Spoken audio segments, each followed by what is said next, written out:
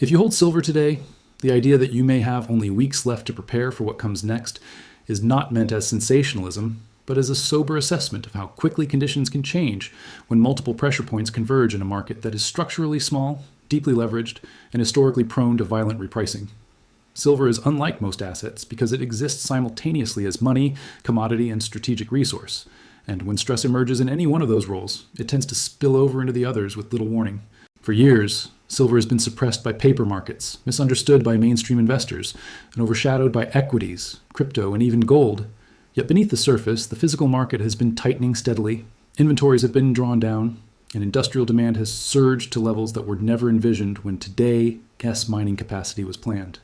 What makes the current moment especially dangerous for the unprepared is not just that silver may rise, but that it may do so in a way that leaves little time to react, little metal available at posted prices, and a wide gap between paper quotes and real-world availability. The silver market is small enough that it does not require trillions of dollars to move it. It only requires a marginal shift in behavior from a few key participants. Unlike gold, which is held primarily as a store of wealth and central bank reserve, silver is consumed. Once it is used in solar panels, electronics, medical devices, and industrial applications, much of it is gone forever or economically unrecoverable. This means the above-ground stock of readily available silver is far smaller than most investors assume, and that stock has been shrinking as annual demand has exceeded mine supply for multiple consecutive years. The deficit has been quietly filled by inventories accumulated decades ago, but those inventories are not infinite, and the closer they get to exhaustion, the more unstable the pricing mechanism becomes.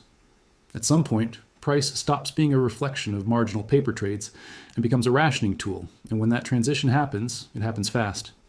What makes weeks, not years, a realistic time frame is the fragile state of the broader financial system. Global debt levels are so extreme that policymakers are trapped. They cannot allow interest rates to remain high without triggering cascading defaults and systemic stress, yet they cannot openly return to aggressive money printing without reigniting inflation expectations. This policy paralysis creates sudden breaks in confidence rather than smooth transitions. When something breaks, whether it is a bank, a bond market, a currency, or a geopolitical flashpoint, capital does not slowly rotate. It stampedes. Silver, because of its small market size and dual role as both an inflation hedge and a tangible asset with no counterparty risk, tends to experience explosive moves during these moments. Investors who believe they will have time to wait for confirmation often discover that by the time confirmation arrives, the price has already moved violently and physical supply has vanished. Paper silver markets are a major reason preparation matters now rather than later. Futures contracts, unallocated accounts, ETFs, and other derivatives represent claims on silver that exceed available physical metal by multiples. This system functions only because most participants never ask for delivery. They trade price exposure, not metal. But if trust in financial intermediaries weakens, or if even a small percentage of participants decide they want actual silver rather than cash settlement, the entire structure is stressed. This is not a theoretical risk. It is an embedded feature of fractional reserve systems applied to a finite physical commodity. When stress reaches a certain threshold, the response is not a gradual repricing, but rule changes, delivery delays, cash settlement incentives, and price gaps that leave latecomers unable to act. Preparation, in this context, does not mean predicting an exact date. It means understanding that once the shift begins, options narrow rapidly. Silver's industrial role adds another layer of urgency. The global push toward electrification, renewable energy, and digital infrastructure is silver intensive. Solar panels alone consume enormous amounts of silver, and demand continues to rise even as manufacturers attempt thrifting and substitution, which have physical limits. Electric vehicles, charging infrastructure, data centers, and advanced electronics all require silver for conductivity and reliability. This demand is largely price inelastic in the short term because silver represents a small percentage of the total cost of finished products. Manufacturers will not stop producing solar panels because silver is expensive. They will pay up, and in doing so, they compete directly with investors for limited supply.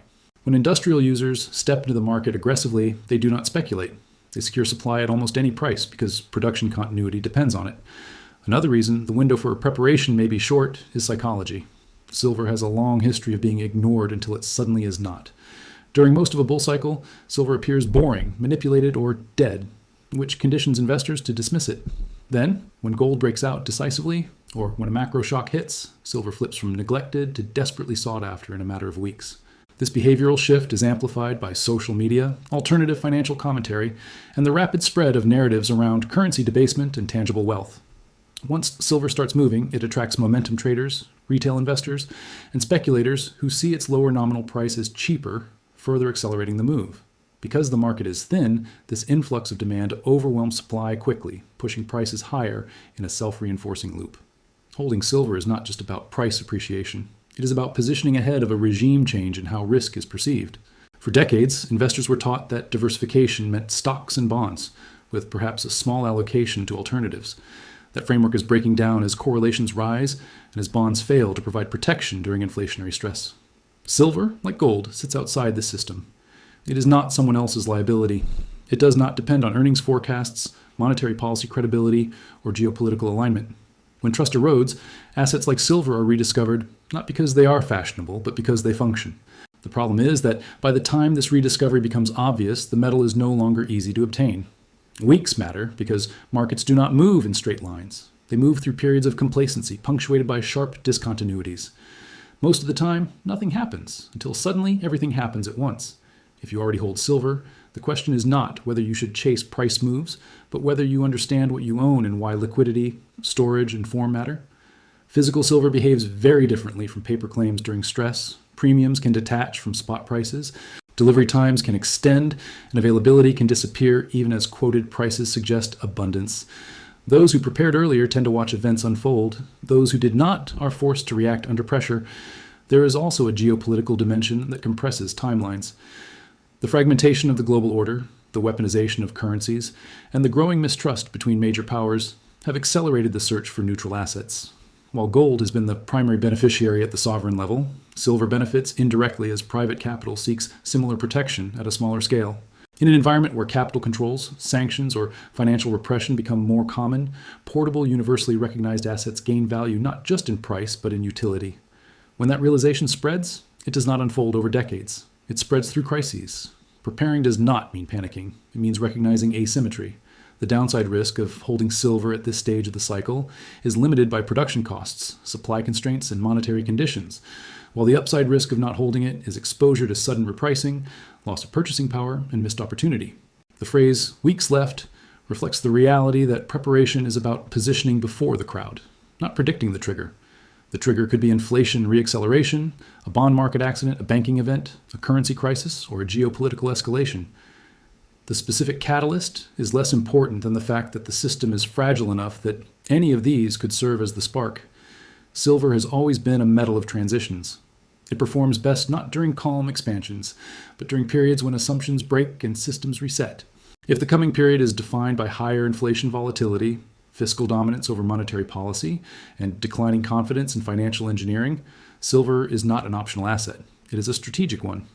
Those who hold it today are not speculating on a chart pattern. They are opting out, at least partially, of a system that requires everything to go right to function smoothly. When things start to go wrong, the value of that option becomes clear very quickly. In the end, the warning that you may have only weeks left is less about fear and more about awareness. Time feels abundant until it is suddenly scarce. Markets reward those who act during periods of quiet, not those who rush during moments of noise.